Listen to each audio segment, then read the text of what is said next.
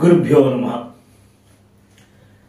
నా క్రిందటి వీడియోలో 12వ శ్లోకం యొక్క మొదటి 2 పాదాల గురించి విపుల భావాన్ని మనం చర్చించుకున్నాం.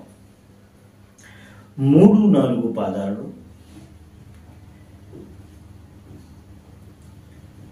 సురకన్యలు అమ్మవారిని దగ్గరగా చూడాలి అని అభిలాషతో శివుడిలో లీనమైపోతే ఇంకా దగ్గరగా చూడొచ్చు కదా అమ్మవారిని అనే ఉద్దేశంతో శివ సాయుధ్యానికి ప్రయత్నం చేసి ఎంతో తపో నిష్టలతో కూడినది కాబట్టి దాన్ని ఆ శివ సాయుధ్యాన్ని మనసులోనే ఆనందిస్తున్నారు అనే విషయాన్ని శంకర భగవత్పాదులు తెలియజేశారు. యదా లోకౌత్సుక్యాదమరళనాయాంతి మనసా తపో విద్దుష్ప్రాపామపి గిరిజ సాయుధ్య పదవీం.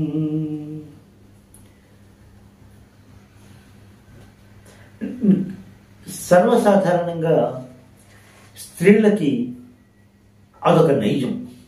ఏదైనా సౌందర్యంగా ఉన్నది అంటే ఆ సౌందర్యాన్ని ఇంకా సామీప్యంగా దగ్గరగా చూడాలనేటువంటి కోరిక వారికైతే ఉంటూ ఉంటుంది. ఇంకా అందంగా ఉన్నదాన్ని ఇంకేమైనా అయితే వాటిని ముట్టుకోవడము, తీసుకోవడము, వీలుంటే కొనుక్కుని ఇంటికి తీసుకురావడం కూడా జరుగుతూ ఉంటాయి. అటువంటిది ఈ దేవకన్యలు అమ్మవారి యొక్క సౌందర్యాన్ని చూద్దాము, దూరం నుండి చూస్తున్నాము, అమ్మవారి యొక్క సౌందర్యము చూద్దాము అనుకుని ఒకసారి అనుకుంటే వారికి అది గ్రహించేట అమ్మవారి సౌందర్యము వీరి సౌందర్యము ఎంతో దూరాల్లో ఉన్నది అని.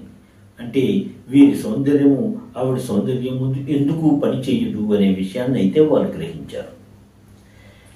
అమ్మవారి సౌందర్యాన్ని ఆలోకన చేయడము, చూడడమే కాకుండా ఆ అనుభవించాలి అనే విషయాన్ని, అమ్మవారి సౌందర్యాన్ని అనుభవిస్తున్నారు అంటే అది పరమశివుడికి ఒకడికే సాధ్యము కాబట్టి పరమశివుడిలో లీనమైపోదాము, అమ్మవారి సౌందర్యాన్ని, ఆ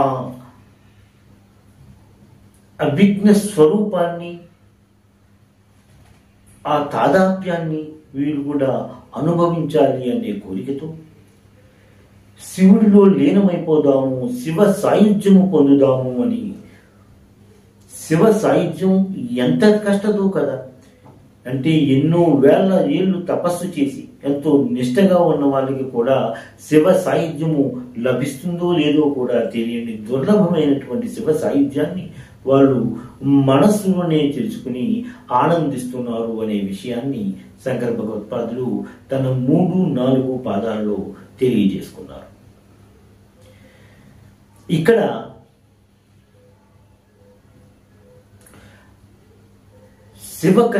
సురకన్యలు అమ్మవారికి సమీపముగా ఉండాలి అని ఆలోచిస్తున్నారు అంటే వారు సామీప్య ముక్తిని కోరుకుంటున్నారు అన్న విషయాన్ని తెలియజేస్తున్నారు. ఇంకా శివుల్లో లీనమైపోవడము అనేది అప్పుడు అర్ధనారీశ్వర స్వరూపులు కాబట్టి శివుడు అమ్మవారు కలిసే ఉంటున్నారు కాబట్టి ఆమె లోకంలో వీరుంటున్నారు అనేటువంటి అభిలాష కలిగింది కాబట్టి వీళ్ళకి సాలోక్య ముక్తి గురించి కూడా వీరు ఆలోచించారు అన్న విషయాన్ని మనం అర్థం చేసుకోవాల్సి ఉంటుంది. సురకన్యలు ఏం చేశారుట? ఎంతో తపోనిష్టలతో చేయవలసినటువంటి శివ సాయుధ్య పదవిని వాళ్ళు మనస్సులోనే చింతిస్తున్నారు, మనస్సులోనే ఆనందిస్తున్నారు అన్న విషయాన్ని చెప్తూ, అంటే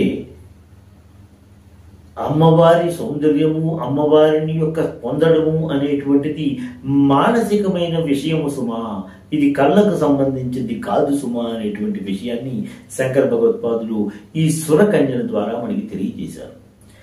లలిత సహస్రనామాలలో అంతర్ముఖ సమారాధ్య బహుర్ముఖ సుదుర్లభ అనేటువంటి విషయాన్ని ఆ నామానికి దగ్గరగా ఉండే విధంగా ఇక్కడ శంకర భగవత్పాదులు సురకన్యల ద్వారా తెలియజేస్తున్నారు. వారు అమ్మవారిని సమీపించి ఆవిడ యొక్క సౌందర్యాన్ని చూద్దాం అనుకునే కన్నా అమ్మవారిని దూరంగానే ఉంటూ అమ్మవారికి అతి సమీపంగా ఉండేటువంటి శివుని సాయుధ్యాన్ని పొందుతూ అతన్ని మనసులో ఆరాధించుకుంటూ అతన్ని ఆరాధించేటట్టే అమ్మని ఆరాధించినట్టే ఆ అమ్మవారిని అయ్యవారిని ఆరాధిస్తూ వారు ఆ సుందర దృశ్యాన్ని ఆ సుందర స్వరూపాన్ని వారు ఆనందిస్తున్నారు అన్న విషయాన్ని ఇక్కడ తెలియజేశారు శంకర భగవత్పాదులు.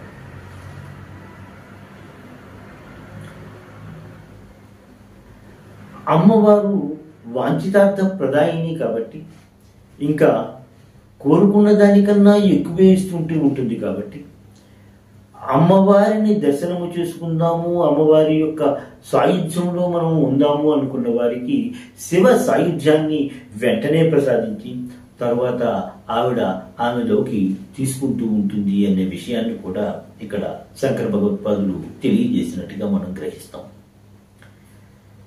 లలితా సహస్రనామాలలోని అనాకళిత సాధుత్స చుబుక శ్రీ విరాజిత పద్మరాగశిలాదక్ష పరిభావి కపోలభు అనేటువంటి ఆ నామాలు ఈ శ్లోక భావానికి ఎంతో దగ్గరగా ఉన్నట్టుగా కనిపిస్తూనే దూరంగా ఉన్నట్టుగా కూడా ఉంటూ ఉంటాయి.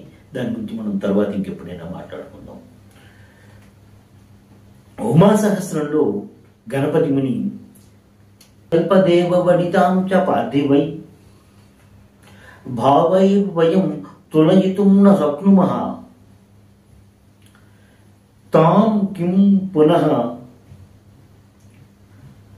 సకల దేవ సుందరి కామాక్షి పారణతను ప్రభాముమాం అన్నారు గణపతి మరి. అమ్మ, మానవులమైన మేము ఎంతో సౌందర్యంగా ఉండేటువంటి సురస్త్రీలనే వర్ణించడానికి మాకు శక్యము కాదు కదా. అటువంటిది ఆ సురస్త్రీలందరూ తమ యొక్క సౌందర్యము అమృత సమానము అనేది భావిస్తున్నటువంటి మీ సౌందర్యాన్ని మేము ఎలాగ వర్ణించగలము అనేటువంటి విషయాన్ని గణపతి ముని తన ఉమా సహస్రంలో తెలియజేసుకున్నాం. ఈ శ్లోకానికి యంత్రముగా ఒక పాత్రలో నీరు తీసుకుని ఆ నీటి పైభాగంలో ఒక సమచతురస్రాన్ని నిర్మించుకొని ఆ సమచతురస్రము మధ్యంలో సౌం అని బీజాక్షరాన్ని 2 సార్లు లిఖించుకొని ఆ నీళ్లను తాకుతూ ఈ శ్లోకాన్ని ప్రతిదినము 1000 సార్లు పారాయణం చేస్తూ అలాగ 40 దినములు పారాయణం చేసి ప్రతిరోజు యంత్రాన్ని నీళ్ళలో రాసుకోవడం, సౌమని బీజాక్షరాలు రాసుకోవడం, వాటిని తాగుతూ 5 సార్లు పారాయణం చేయడము, ప్రతిదినము తేనెను నైవేద్యంగా సమర్పించుకొని ప్రతిదినము ఆ నీళ్లను త్రాగిన వారికి సకల పాండిత్యాలు వస్తాయి అని, వశిష్ఠ సిద్ధి కలుగుతుంది అనే విషయాన్ని యంత్ర నిపుణులు తెలియజేసినట్టుగా మనం గ్రహిస్తాం. ఇంకా దీనితో 12వ శ్లోక విపుల భావాన్ని తెలియజేయడము పూర్తయింది. మరొక శ్లోకంతో మరొక వీడియోతో నేను వస్తాను. శ్రీమాత్రే నమః. స్వస్తి. ఎంతో అధ్యయనం చేసి మీకు అందిస్తున్న ఈ వీడియోలను ఆదరిస్తారని భావిస్తున్నాము. మా ఈ ఛానల్ని సబ్స్క్రైబ్ చేసి ఈ వీడియోలని లైక్ చేయండి ప్లీజ్.